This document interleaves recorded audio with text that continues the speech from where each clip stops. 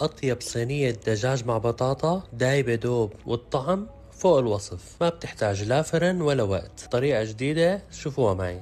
طنجرة فيها معلقة زيت بنزل فيها قطع الدجاج وبحمرهم من الوشين. بعد هيك بنزل عليهم قدر راس توم مقشر ومقطع ناعم والملح ومعلقة من البهار المشكل وقدر نص معلقة من جوز الطيب وورقتين غار وكاسة صغيرة من عصير الليمون وليمونة واحدة مقشرة ومقطعة مربعات واخر شي رشة من الفلفل الاسود. بحط لها كوب من المي المغلية بحركهم مع بعض شوي وبتركهم على اوطى درجة حرارة لمدة ساعة. بهالوقت بزيت غزير بقلي كمية من البطاطا مقطع دوائر مثل هيك لتستوي تماما. بشيلهم بصفيهم كتير منيح من الزيت وبصفهم بصحن البايركس وبنروح لنشوف الدجاج. الله الريحة ما بترحم، وشوفوا شلون رايحة حنيفة، يا سلام عليك يا ابو صلاح. ومباشرة بنوزع قطع الدجاج فوق البطاطا. وهلا اهم مرحلة، مرحلة السقسقة. خلاصة الصوص اللي طلع عنا يلي هي مرقة الدجاج على عصير الليمون على البهارات المشكلة اللي حطيناها، بنوزعهم على كامل الصينية وبنزينها بشوية بقدونس. الله الله الله، كتير سهلة وبسيطة وفخمة وريحتها وطعمتها مالن وصف. وهلأ رح ندوق، ما في رايحة حنيفة الدجاجة. بناخد من هالبطاطا المسقسقة بالحمض والثوم،